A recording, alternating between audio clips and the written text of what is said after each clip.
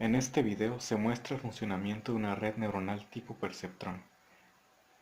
Lo primero que se realizó fueron definir los vectores P1 y P2, que son los valores de entrada de la red, y R, que es el valor de referencia al que se quiere llegar. A continuación, se definieron los pesos iniciales con los cuales comenzará el entrenamiento de la red, y posterior a ello, se hizo uso de un ciclo while para iniciar el entrenamiento de la red y una sentencia condicional para acotar el valor de i entre 1 y 4. Posteriormente se encontró el valor de la red y se calculó la función de activación para obtener la salida de la red. Posteriormente se actualizaron los pesos y se agregaron a los pesos anteriores. De esta manera se obtuvo el programa y se pudo graficar la frontera de decisión de la red.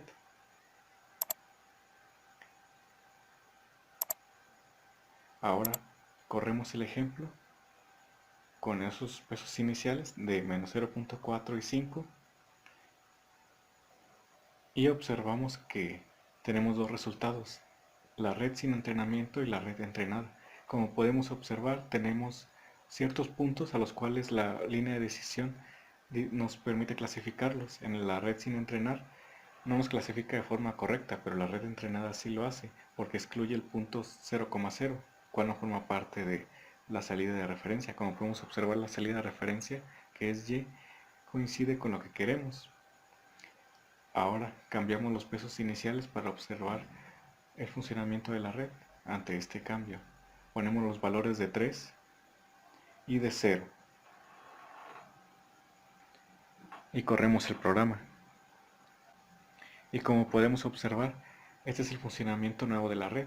Nos da otra vez una gráfica de la red sin entrenamiento y la red entrenada.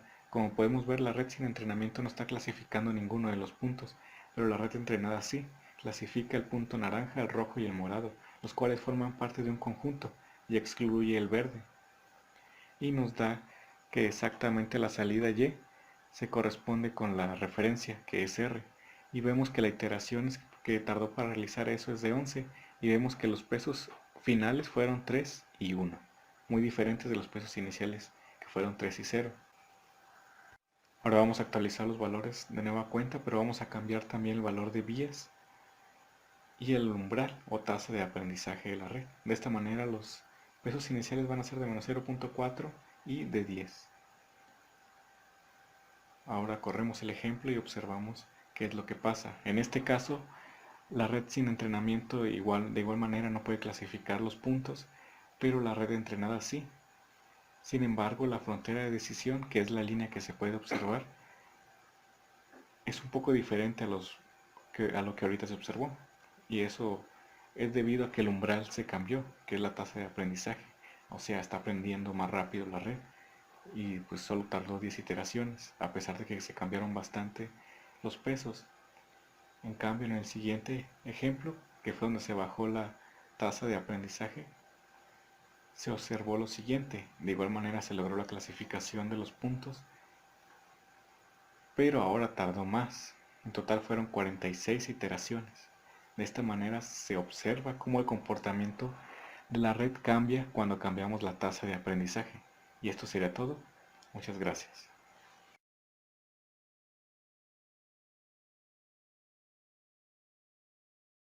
Haciendo uso del fichero wdbc.data que contiene los análisis cáncer de mama de 569 mujeres, se entrenó una red neuronal multicapa, con el fin de que pueda identificar el tipo de cáncer del paciente, es decir, si es benigno o maligno, al ser ingresados los resultados de las pruebas relacionadas con este tipo de enfermedad a la misma red. Cada fila, es decir, cada registro de cada mujer, cuenta con 32 campos. El primero de ellos es la clave única, es decir, un identificador. El segundo es el tipo de cáncer y el resto son el resultado de distintos análisis clínicos. En este conjunto, la distribución de clases es 357 benignos y 212 malignos. Para entrenar la red, se consideró que los diagnósticos de cáncer de mama de tipo maligno corresponden al valor 1, mientras que los benignos al 0. Así pues, la red neuronal debe identificar únicamente dos clases, y como están lo suficientemente separados los conjuntos a clasificar, pues son 0 y 1, se trata de una separación lineal. Estos primeros comandos son solo de importar datos y ordenar la matriz del archivo. Así que, saltando eso, nos vamos a donde se creó la red multicapa. Esta se creó usando el comando newFF. Como matriz de entrada se ingresó la que contiene los rangos de las variables de entrada. No se conoce qué estructura puede tener la red para conseguir un mínimo error. Solo se sabe que la salida deberá ser una capa de una neurona, puesto que el problema a tratar es de solución bidimensional, es decir, solo se clasifica en dos clases. Así pues, se provoca una capa oculta de 10 neuronas y una capa de salida de una única neurona, pues se recomienda al diseñar redes neuronales usar el mínimo número de capas posible. En caso que el error sea de un porcentaje aceptable, se puede trabajar con solo 2 capas, pero si se quiere seguir reduciendo el error, es recomendable, por prueba y error, ir añadiendo capas a la red. La función de transferencia usada para cada neurona de la primera capa fue sigmoide tangente hiperbólica, mientras que en la última capa se usó la función sigmoide logarítmica. Estas funciones fueron usadas especialmente debido a que el algoritmo de entrenamiento usado es el de retropropagación, que es el mejor algoritmo para redes multicapa, pero solo se puede aplicar si las neuronas de la red emplean las funciones de transferencia ya mencionadas. La función sigmoide logarítmica se parece a una función escalón, solo que su pendiente es continua. Su valor de activación es 1 y el de desactivación es 0. Como se quiere clasificar dos tipos de cáncer, malignos y benignos, que corresponden a los valores 1 y 0 respectivamente, es importante que la última capa, compuesta de una única neurona, cuente con esta función. Así la salida de la red será de valores de entre 1 y 0, donde por ejemplo, si la salida es mayor o igual a 0.5, quiere decir que el cáncer es maligno. En cambio, si es menor a 0.5, el cáncer es benigno. El vector de datos de entrada y el vector de datos objetivo, al corresponder a una muestra de 569 pacientes, se decidió dividirlo en dos partes iguales con el fin de destinar una parte del conjunto para el entrenamiento y la otra para validar lo aprendido. Teniendo esto en cuenta, toca entrenar la red, para lo cual se hizo uso del comando train. Como argumento se colocó la red, que en este caso se le nombró como net. Se colocó la matriz de datos de entrada para el entrenamiento y la matriz de objetivos y las matrices correspondientes de validación. Ahora falta definir los comandos que establecen las propiedades y parámetros de entrenamiento. Estos comandos permiten modificar los parámetros de entrenamiento como el número de iteraciones máximo, el valor mínimo de gradiente o el número de iteraciones seguidas donde el error tiene un decremento. Por defecto estos parámetros tienen valores de 1000, 1 por 10 a la menos 7 y 6 respectivamente. Para obtener los porcentajes de error de la solución aportada por la red se creó una función. No se entrará en detalle en este aspecto en el video, solo se dirá que con la misma se obtuvo el error de validación, el de entrenamiento y el error total de la red para que sean mostradas en la consola de MATLAB. Ahora solo falta probar la red con distintos valores de parámetros hasta conseguir el mínimo error. La primera prueba usó los valores ya vistos en los comandos, es decir, 2 capas, la oculta de 10 neuronas y la última de una neurona, mientras que los parámetros de entrenamiento se conservaron igual. Una vez ejecuta el script se nos muestra el porcentaje de error de entrenamiento, de error de validación y de error total.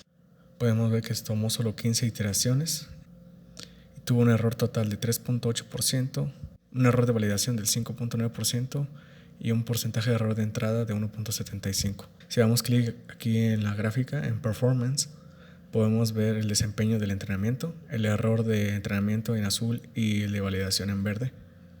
Podemos ver cómo son errores bajos, pero pues todavía se pueden tener porcentajes aún más bajos del error. Vemos que llegó a iteración máxima de 6 validaciones máximas. Y aquí están los porcentajes. Como se puede ver, la red dio unos buenos resultados con los parámetros de entrenamiento que tiene por defecto MATLAB y la estructura definida originalmente. Sin embargo, se probarán otras configuraciones para ver si puede ser disminuido aún más el error. Si ahora se coloca un máximo límite de 100 iteraciones y 10 validaciones, se obtiene lo que se muestra enseguida. Podemos ver que solo tomó 10 validaciones y 24 iteraciones en total.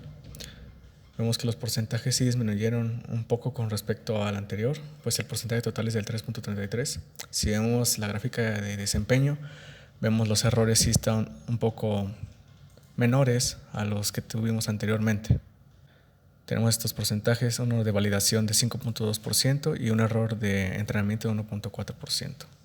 Si se dejan los mismos parámetros, pero ahora se añade una capa oculta extra de una única neurona entre la capa oculta original, que tenía 10 neuronas, y la capa de salida de una única neurona también, podemos ver los siguientes resultados. Aquí de igual manera llegó hasta el máximo de validaciones de 10 e hizo 19 iteraciones. Si vemos la gráfica de desempeño, vemos como el error de entrenamiento tiende a 0, prácticamente 0, y el de validación permanece dentro de unos rangos muy aceptables, mucho mejor que las dos pruebas hechas anteriormente. Vemos como aquí en el esquema se ve el diseño de las capas, que es de 10, 1 para 2 capas ocultas y la capa de salida de 1 también. Vemos como los porcentajes son muy pequeños, de 2.10 para el total, 3.5 para el error de validación y un porcentaje de entrada de 0.7. claramente se ve un mejor desempeño. Obviamente en el reporte de la práctica los valores presentados en este video son un poco distintos, pero la idea es la misma. Los parámetros que se usaron en cada prueba efectivamente disminuyeron el error, y la prueba que mejor dio resultados fue esta última, donde el parámetro de entrenamiento era de máximo 100 iteraciones, un máximo de 10 validaciones, donde el error decrece continuamente, de forma seguida, sin interrupción, y una capa intermedia oculta de una neurona entre la capa de salida de una neurona y la capa oculta de 10 neuronas. Fue la que mejor resultados dio también en el reporte, aunque los valores de porcentaje de error varían un poco, pero cuestión de décimas, no valores más grandes. El usar este diseño de red bajo estos parámetros de entrenamiento pues no se pone en cuestión al ver estos resultados, y cabe decir que de entrenar varias veces la red bajo estas mismas condiciones se pueden obtener aún mejores resultados que este.